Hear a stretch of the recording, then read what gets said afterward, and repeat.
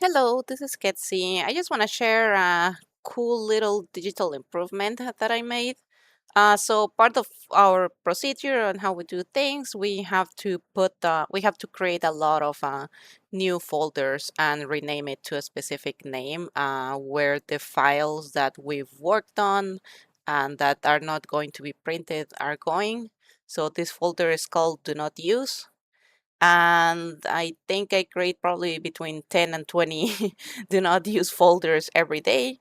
Sure, it takes 5 seconds to create a new folder and rename it, but I just did something so that whenever I want to create a new folder, it already has the DNU initials for as a default name. So every single folder that I create on my computer is gonna have this name already.